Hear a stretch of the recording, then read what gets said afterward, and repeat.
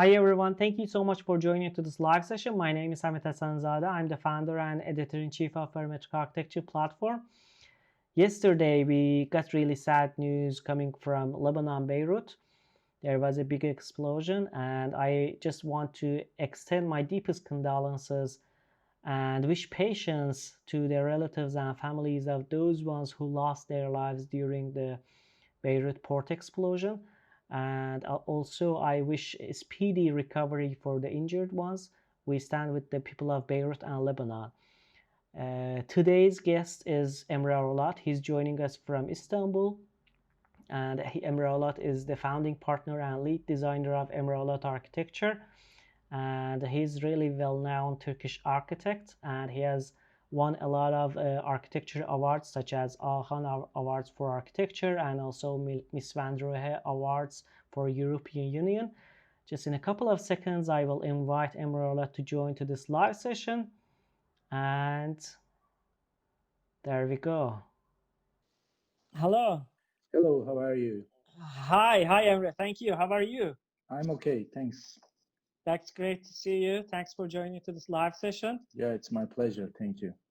The mic is yours if you want to say hello to our audience. Hello to everyone. First of all, I want to convey my condolences to Beirut, to all of my friends. It's a very sad and very destructive story. I feel very terrible about that. Yeah, it's sad news, unfortunately. Yeah. Okay, let's just continue our live session. I know that you grew up in a family that both your parents were architects, and I want to know that how this situation worked for you, and how was the influence and inspiration from your parents to choose architecture as your profession? Yes, my mom and dad, they are both architects. And I can easily say that my childhood passed at their office. After school, I used to go there to do my homework. And meanwhile, I was trying to comprehend what people were doing there and learn something from everyone. I remember one day, one of the project teams was working on a scaled model, which was made up of balsa wood. Actually, it was a competition project about the governmental office in Izmir. It's a western city in Turkey. And I can never forget the tactile quality and smell of that piece of wood. And I think I was quite curious and aiming to understand the hallmark of the design. A group of 7 to 8 floors building were somehow facing the sea, creating a courtyard between each other, and along with many others in that row. But somehow most of these buildings were different than the adjacent ones because their ground floors were like elevated with pilotis. And I found this a bit weird, actually, and asked my father when they're gonna fill those gaps. And he said they will not, because the whole ground should remain as it is to capture the breeze which is coming through the sea in order to air the inner part of the neighborhood. Oh God, I was just astonished, and I never thought that architecture was such a serious profession, until that time. And moreover, I never knew my father was such a smart guy as well. And I was quite fascinated with the power of design at that time. On the other hand, they were quite hard workers and taking architecture kind of very seriously, and they were also bringing their work everywhere, including our house's kitchen. They were pulling up the boards and then discussing about some competition projects. So I must be affected from the depth of their discussions and most probably from their professional commitment as well. Yeah, right. Looking at your projects, we see an important project, a museum hotel project in Antakya, Turkey. The city of Antakya has become home to new hotel built inside the archaeological park, rich in precious Roman mosaics. This project emerges as a result of a long and interesting project, and I myself was from 2015. That I know about this project. I was inside the process, and I was reading the news about the project as well. Yeah. Yeah. How did a public function architecture like a museum and a hotel structure came together? Can you tell us a little bit about the process of the project and functioning of this structure, which combines two main functions? Yeah, okay. The process is a bit kind of a long story. Yes, Antakya, or Antioch with its ancient name, is located at the southeast part of Turkey. Is a cradle of civilizations, and it was the third largest city in the world during the early Roman period. And the story of this project begins in 2019, about 2019, maybe 2018, before me, let's say. A local entrepreneur wanted to build an hotel on his land, on his private land, which is located at the center of the town, near to this famous St. Pierre Church. And he made a deal with an international brand and started the construction according to his actually former architect's project. But suddenly they saw that they were in trouble because wherever they were excavated, they were encountering some architectural remains. And just then the Heritage Committee of Ministry of Culture stopped the process, saying that these excavations should be done by a specific group. This was, of course, extremely disappointing for the owner, for the initiator. At that time, he broke up with his architect, blaming him not for being sensitive enough about what was happening there. Yeah, right. And he was somehow at the last exit and the kind of feeling helpless, let's say. But actually, maybe fortunately or unfortunately, I'm not sure about that, he didn't give up. Fortunately. Yeah, after a couple of months, the new scientific committee was formed by him, a group of people from various disciplines, such as very well-known historians, one of the most credible teams of archaeologists, restorators, and the others. This was actually the beginning of a long and challenging story of us, starting with an urgent call by a professor, Mr. Uğur Tanyeli, who is a prominent architectural historian and one of the very few significant architectural critics in the country, actually. Yes. Who was already in the team, and he summarized the story and told me that there was something worth seeing there. I was at the site a few days later, and I saw tons of layers everywhere, traces of different buildings, a bunch of incredibly bright mosaics, and some let's say more than 1,000 square meter of in situ mosaic, as well as I know this is the biggest in the world. Lots of others with some beautiful colors and patterns. And I saw the landowner looking to my eyes at that time, hoping to Yes. see a ray of hope from my eyes. But I didn't want to be tricky, and very briefly at that time I said he better forget about this project. Actually looking for what was reaction? yeah. Actually looking for a miracle and positive word from me. He was extremely disappointed, and it was getting late.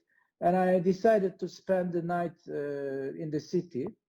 The next day, very early in the morning, I went to the top of the hill, which is overlooking the city and seeing the site very clearly, and then went back to the site, watched every different corner, hours and hours, and finally, after some critical discussions with the scientific team, with the members of the scientific team, I told the owner that I could try and work on a concept project. I can say that the next process was extremely challenging because in order to deal with this unique situation and with the name of a kind of a very sensitive archaeological conservation, we were set into a kind of a tough route of design and bureaucracy at the same time, and we did series of presentations, bunch of approvals, starting from the local authorities, going up to the ministry, and the plot had a kind of a rectangular, very let's say orthogonal shape, and was about 100 to 200 meter, totally 20,000 square meter, and the findings were clearly visible during this very careful archaeological excavation. And nearly the whole site was covered with the ruins, with various layers of ruins. But we luckily discovered that the old river, which is coming from the mountain, going to the Asi River, the main river, used to run through the site, and it was quite obvious that its bed was changed formerly in order, to be aligned with the adjacent road. So apparently there were no findings along this old bed, and this fact was bringing a unique opportunity to us, because on the borders of the plot with no findings and along this old river course, which is just on the center, there was enough ground for series of columns as the main structural elements, and almost 25-meter deep pilotis was designed to carry the huge roof to protect the ruins and at the same time accommodate an important part of the building program, which normally is located on the ground level, such as the ballroom, restaurant, spa, and even the roof garden with a swimming pool. And coming to the rooms, they are located on 3 different floors, kind of interruptedly, just like prefabricated containers underneath of this huge roof, and they are connected to each other with detached bridges. Since it was not very relevant to construct them with conventional methods in the site, these rooms were to be constructed off-site, then brought and placed into their locations within the frame, and it was like a kind of a utopian fantasy for all of us, but it came true. And in addition to the other functions like lobby lounge and the gastronomic facilities that are located in the entrance level of the hotel, we included an open-air museum route with a relatively small indoor exhibition area. And even if it's, as you said, privately owned land, the museum has to be donated to the Ministry of Culture, but still should be totally managed and maintained by the owner. By law. It's a law. So I believe that this relationship between private and public zones, dealing with this tension and converting this issue to a kind of a positive potential by creating permeable spaces as much as possible, are among the most alluring challenges of today's architectures, actually. Not only for buildings, I believe that this kind of, let's say, transmissivity is also a key factor for the social richness of the cities and urban strategies as well. As far as different classes find, let's say, decent ways or decent places to get together, I believe that our cities will develop their viabilities and habitabilities. And on the other hand, I believe that this project will help break down somehow the taboos of the archaeology, which was like an untouchable discipline until now, and to somehow amalgamate this discipline with the community. And I believe that this is very important. And the relationship between the architect and the archaeologist in this project was a remarkable one, but the collaboration between the architect, the archaeologist, and the structural engineer even was even more spectacular in my opinion. Yes. And this process proves us that the boundaries between various disciplines should not be that solid anymore, and we have to think about that. Yeah. Sure. Yeah, it's great challenge, and it's actually we have never seen such a project, a museum inside the hotel. It's a brilliant project, and thanks for you and your team to bringing such a functionality together. Thank you. So you're welcome. If we want to discuss about Sancaklar Mosque project, we see a structure which is quite outside of the traditional mosque architecture. The reason I'm asking this question is because I am really a supporter of these changes, and I believe a certain type of building technique or certain type of building geometry can't just define the functionality or how it's been told from the past. It should be designed and built in the same way as well. And I'm really a supporter of just exploring new geometries to maybe just to discover new type of feelings, new type of it's really important. The Sancaklar Mosque, because it just became very iconic and very popular project in Turkey in very short amount of time. And besides, it just brought a lot of awards as well. Can you tell us a little bit about the emergence and the process of the project that this mosque had in your career?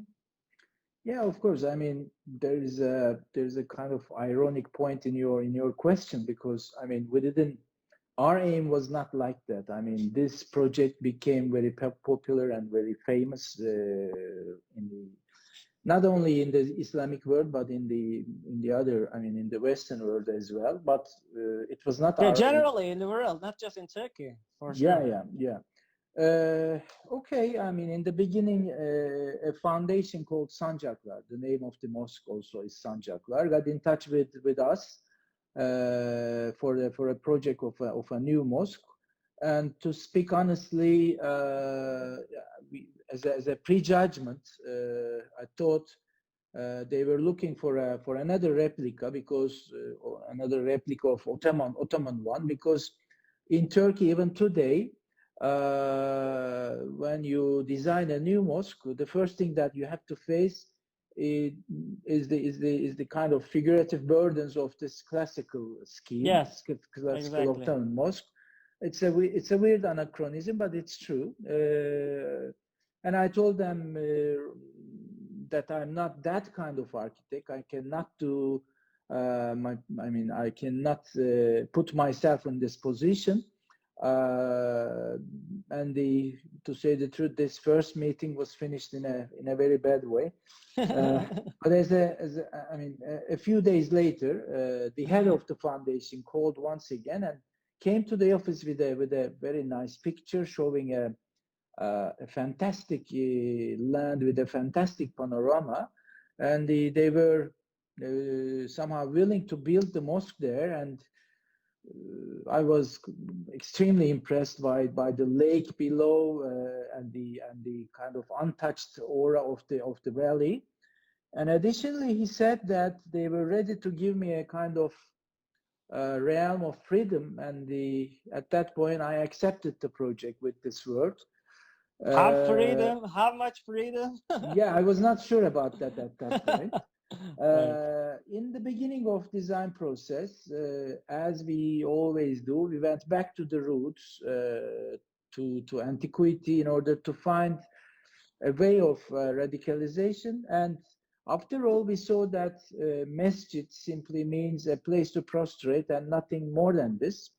and it does not dictate any form.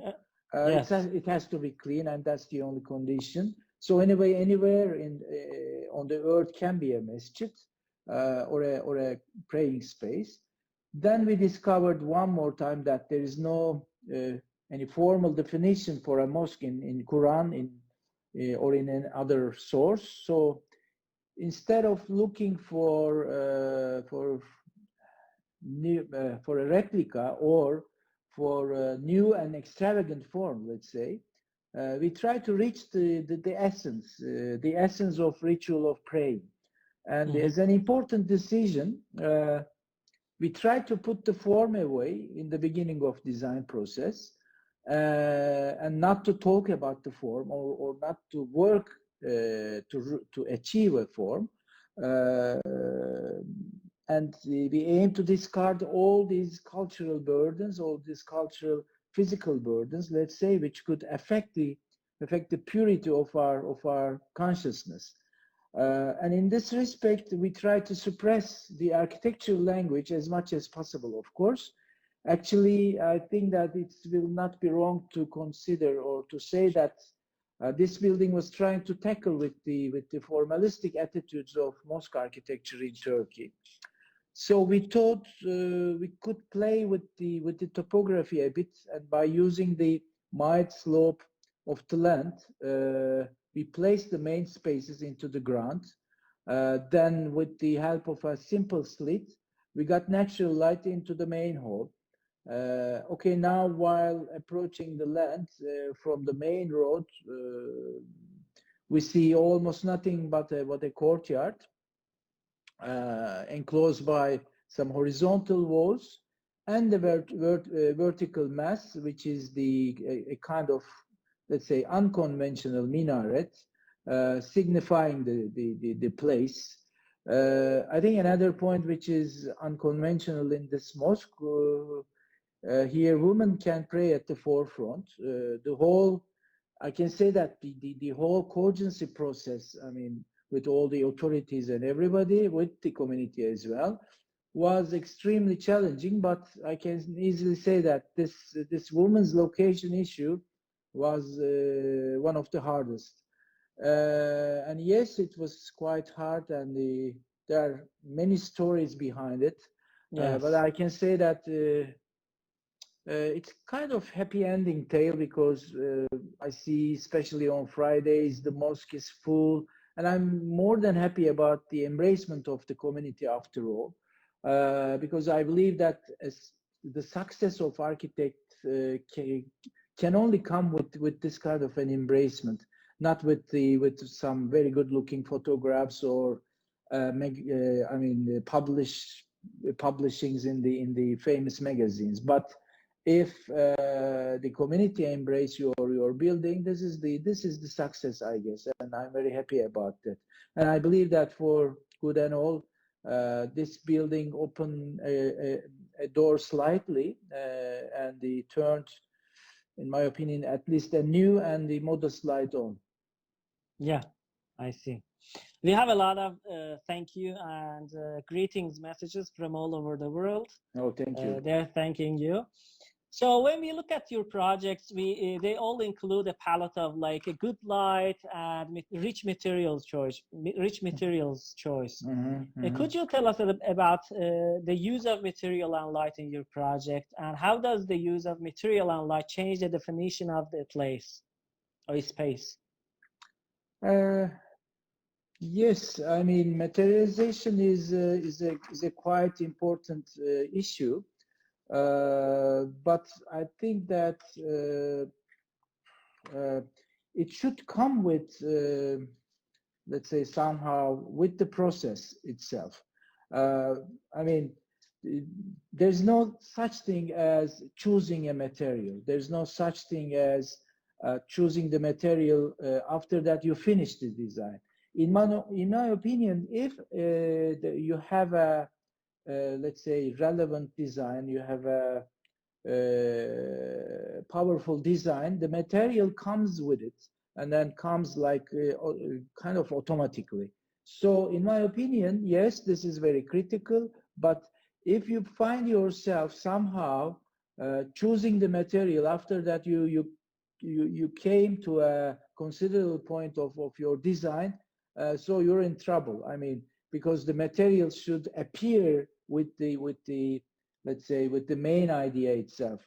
Because I mean, somehow we can choose. I mean, you can aim to use a smooth thing, and then you can choose timber or something like this, or Right. sometimes you can somehow choose. I mean, you aim to or prefer to reflect a kind of robustness, and then you can choose concrete or natural stone. I mean, have a looking natural stone. So Sure. I believe that yes, materialization is very important, but it should come with the whole idea as a Yes. as one of the embedded thing in your intellectual let's say process. Yes. Exactly.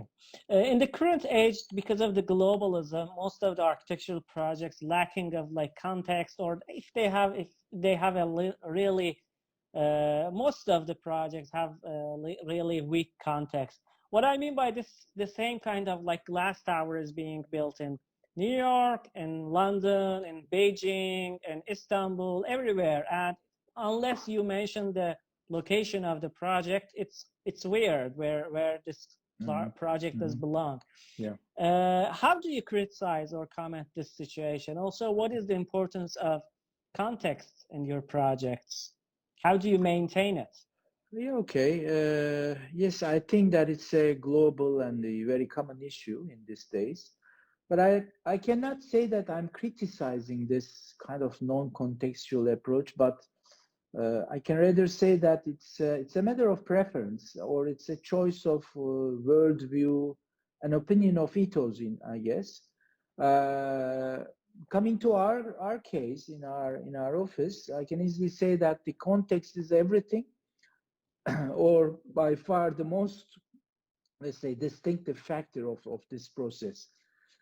So in the design phase, as a first move, we put sorry, all the common styles, trends, and let's say today's design habits aside, as much as we can, of course. Instead, we aim to have a wide sense of context, whether we are working from New York, London, or from Istanbul.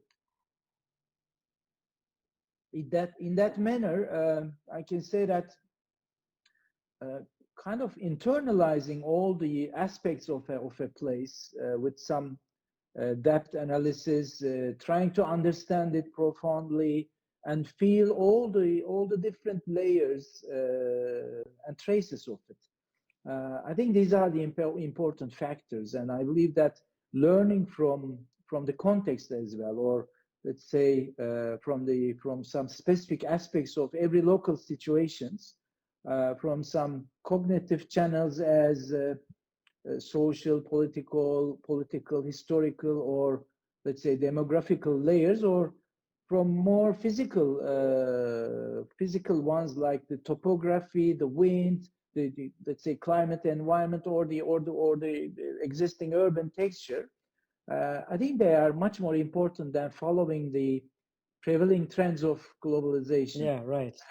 Hence, we train ourselves to do multi-layered architectural readings and to use, let's say, architectural narratives within the framework of passion, knowledge, experience, and intuition. And in this way, I think that in our process, each design grows as a unique solution. I'm not saying it's the best one, but we're trying to do this, and a response to a specific problem. Yes, sure. Yeah. If we take a look at our current cities, inside cities we have good buildings with good material choices, with good solutions for themselves, like with great facades and material choices. But the thing is, these good buildings just is not enough to make a good city. And good city is just made out of a lot of principles, a lot of stuff. What do you think would be the role of the architects in this process, and how can architects overcome the challenges of a city scale project? We're going a little bit about more in a scale, a bigger scale. Of course. Sorry to say this, but I think that the kind of implicit consideration of this question is from the previous age, from previous century. And I believe kind of dated, because you don't see the future problems in the city. I mean, there are thousands of hundreds of problems in our current cities will be shifted to next generation without thinking about them. That's what I'm saying. I mean, because cities are not growing like in the Middle Ages anymore. So it will be, in my opinion, it will be kind of naive to imagine a perfect harmony in our new cities. But I mean, rather we as responsible architects have more important missions now, in my opinion. Creating not only nice and good-looking buildings, but qualified public areas, alluring common spaces within all the projects, ensuring as much as permeability, conductivity, or transmissivity, even in the most private cases. I think the city planning is in the larger scale is quite complicated, and it's a quite complicated issue, and it should be solved not only by architects but by a much larger group of disciplines, including, I mean, city planners, sociologists, doctors, and everybody. I mean, it's a very complicated process, and I take it very seriously, because day by day the problems of the big cities are growing, and we are kind of helpless about them. Yes, I think my next question is related to the city as well, but somehow you answered this question as well. I don't know, but if you want, I can ask it. In the current era that we're living, we are dealing with a lot of problems like global warming, like overpopulation, food shortage, like pandemic, COVID-19, these kind of stuff. How do you think all these situations will affect our architecture and our urbanism and future? I didn't want to ask especially just what will COVID-19 affect, but I'm asking about general problems that we have in the world currently and how they will affect in near future or even in distant future. Yeah, I think that although many countries, let's say many politicians or even many scientists act as if they do really care about the climate change, let's say, they all overlook the issue, in my opinion. It's no coincidence that the world has seen the 15 warmest year in the 20th century, 21st century now. Yes. I know that we all know that to draw attention to this topic, for example, Barack Obama made a speech, I think, in the White House in about 2014 or something like this, and he highlighted that climate change has grown into the fatal point and has a tendency to shatter America's economy and even its national security. But if we see from that perspective, and if we see what's happening now, I think that everything is kind of forgotten. And the recent environmental disasters, such as Australian fires, floods in Venice, or melting issue in Antarctica, are just the beginning of a new era, in my opinion, and in a period where the world has been dragged in the catastrophes. Resilient architecture will be much more important, much more crucial, and in this context, speaking about styles like minimalism, parametricism, or others, deconstructivism, let's say, would be so meaningless, and then we have to think about some other things. Yes. Let's go to the topics that you don't like them. I think nowadays architects are being pulled to certain kind of like directions where this is becoming two opposite ends of like a spectrum. Some architects really believe in the power of parametric digital and computational design tools, and they believe that these tools are really helping us in solving major problems of the design process in every project. And some other architects just don't believe or don't think that these tools are essentially necessary to use inside the projects, or they don't have any major impacts. But both of these type of architects are using these tools. Where do you point yourself in this spectrum of architecture directions, and why? Because about why are you saying that it's not my favorite subject? I mean, I'm exploring Instagram a lot, and I've seen a couple of times that your interaction with the comments about parametric and computational tools. That's why I'm asking. I'm saying you don't like these stuff. I see. You know, my generation of architects were kind of raised in an analog world. Yes.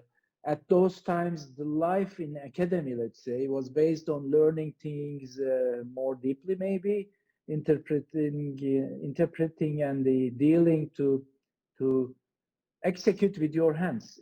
So I always valued the magical coordination between hand and brain as a method of thinking.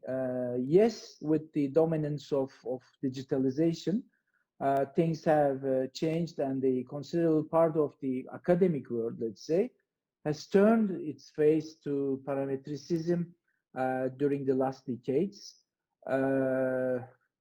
Most of the architectural schools supported an education that focuses on generating forms, extravagant forms, and creating kind of icons in this way, as if they are promoting let's say, delocalization or anti-contextualism by concentrating to the allure of the object itself.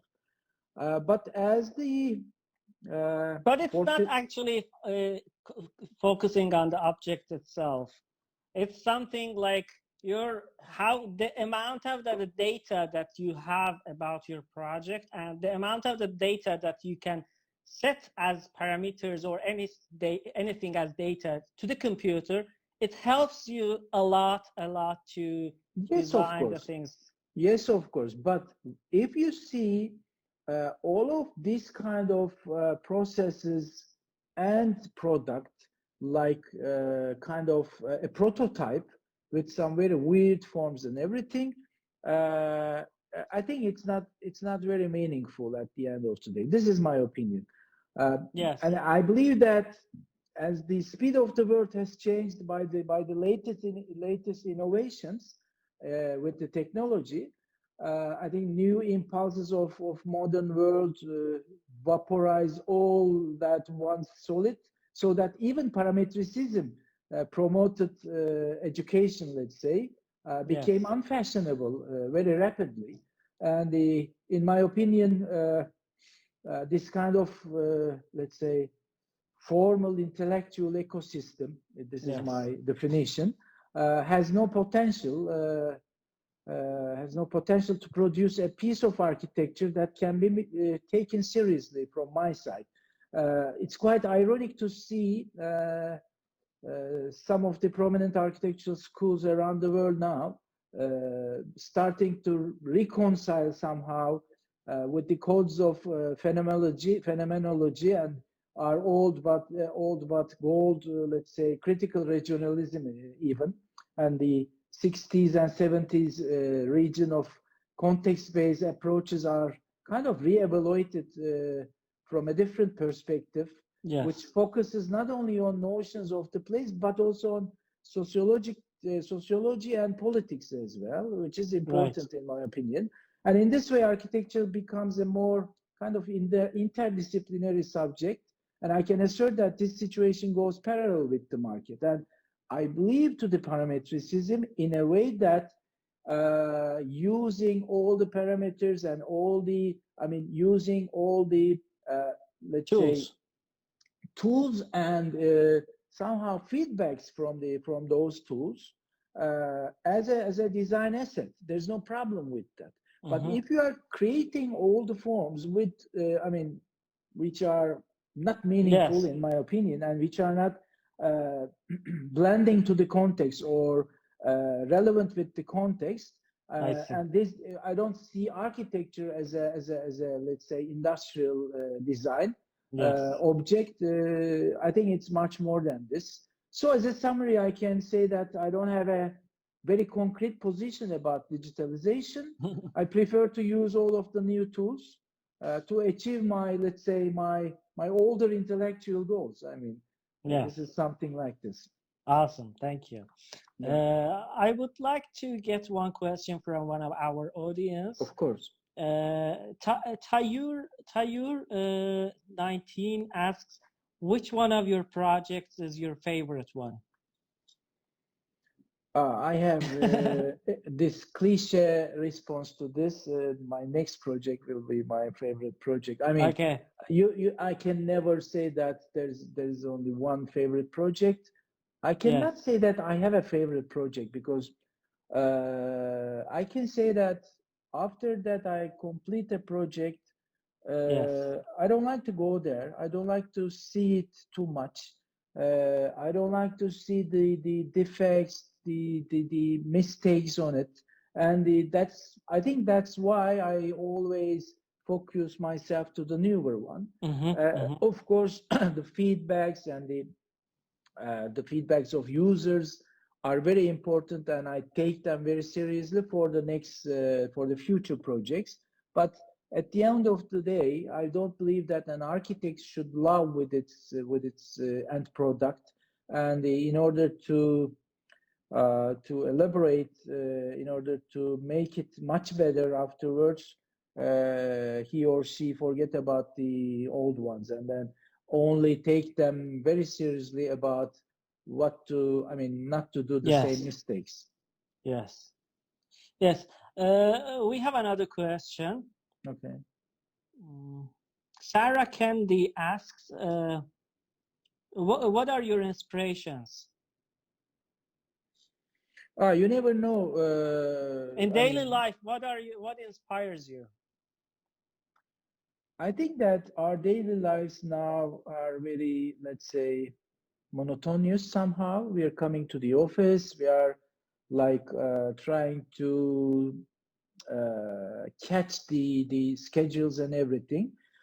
But even in this kind of situations, you have always your spare time in your brain, or your spare, let's say, space in your brain. So in a way, you are free to catch everything from internet, from books, from I don't know, television, YouTube, whatever it is. So at the end of the day, I cannot say that I have only one source or some distinguished sources to have some kind of inspirations. But I think the world itself and whatever we see in the world in some different perspectives can become some inspirations.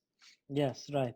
If we want to talk about the idea of changing the functionality of the buildings, recently in Turkey, one of the most important projects, buildings in the history of Turkey, Hagia Sophia, has been changed from its functionality from a mosque, from a church and museum to a mosque.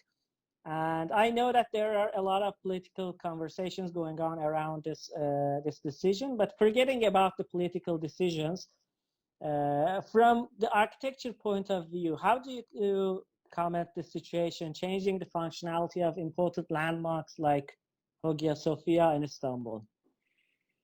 Yeah, I think this is one of the toughest questions. I mean, I think that. Sorry.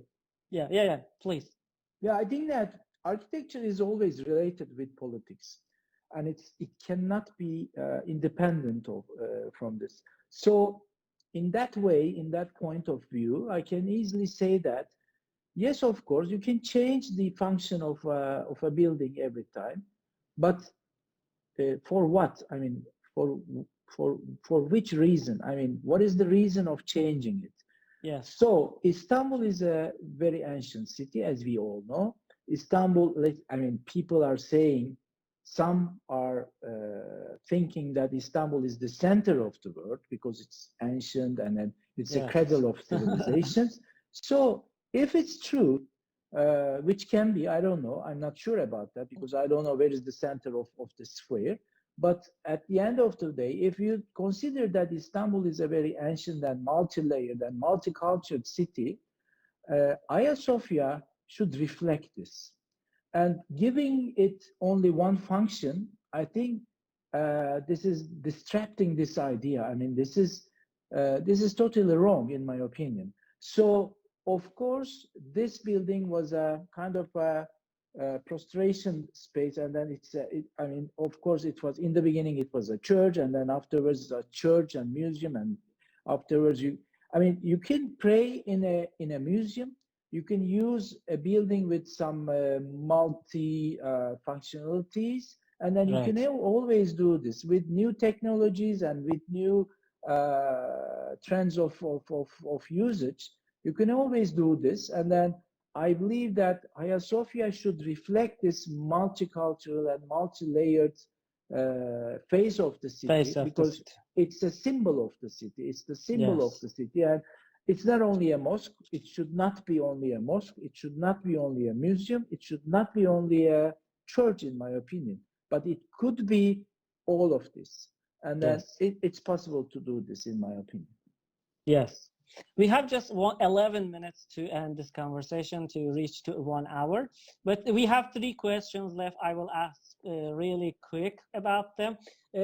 About the mini city project, you had a great project that was one of my favorites, and it was standing there for 10 years, and you have got many awards. The project has got many awards with your design, and then something happens and they just demolish it.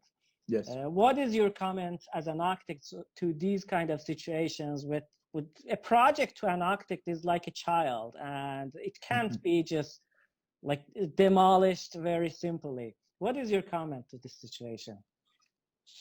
You know, in the last decade, especially in the last decade, a very specific thing is happening in Turkey in this geography. So we all know that the governments are using architecture and city planning or urban planning as their main tools when they feel that they are very powerful. Okay. Yes. We all know this from Albert Speer of Hitler. We all know this from Mussolini's days. And in my opinion, in these days, in this modern days, let's say, something similar in Turkey is happening, and kind of a revanchist movement is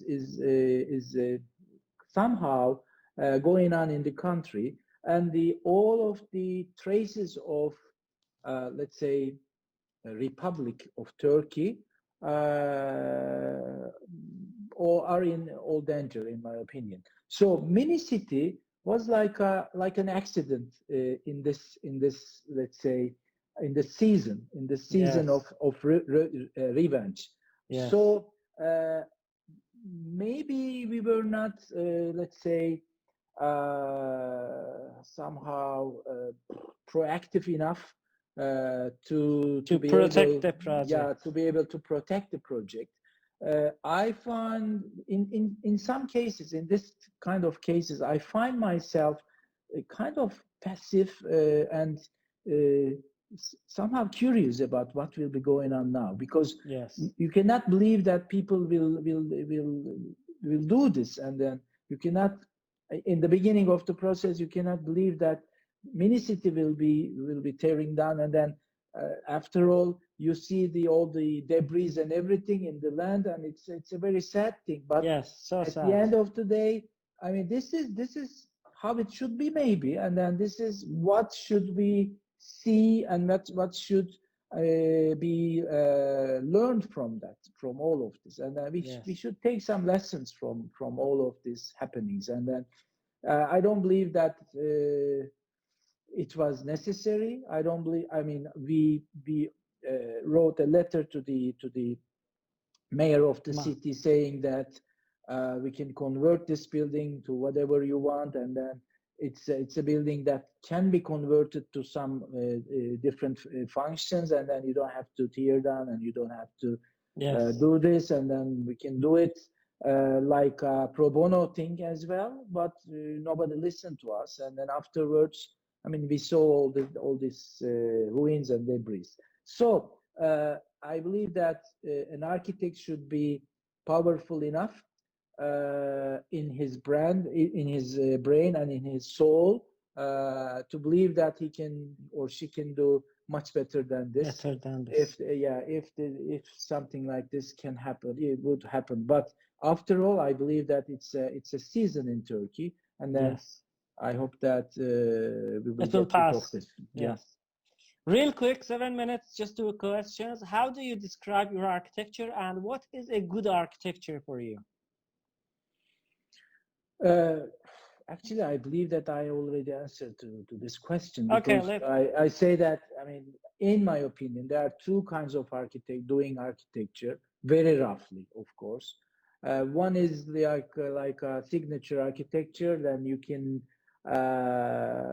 somehow follow everything from an architect's end product, even if it's in Beijing or in London or in somewhere else, and it's kind of anti or non-contextual, but it's a signature which is visible. I mean, it's a physical signature which is visible everywhere, not more than an interpretation of this signature in all different kind of situations. But the second one is much more, in my opinion, much more deeper intellectual approach, which is a broader sense contextualism.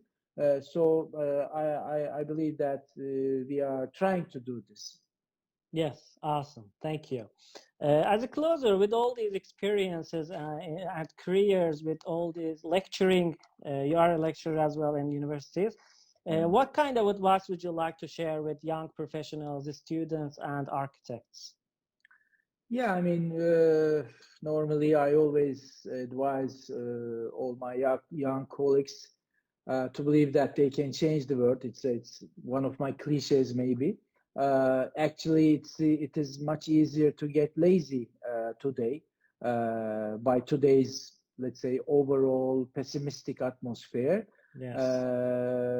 And I frequently hear the phrase like everyone says so. So this is a very common saying, but tell me please, who is this everyone?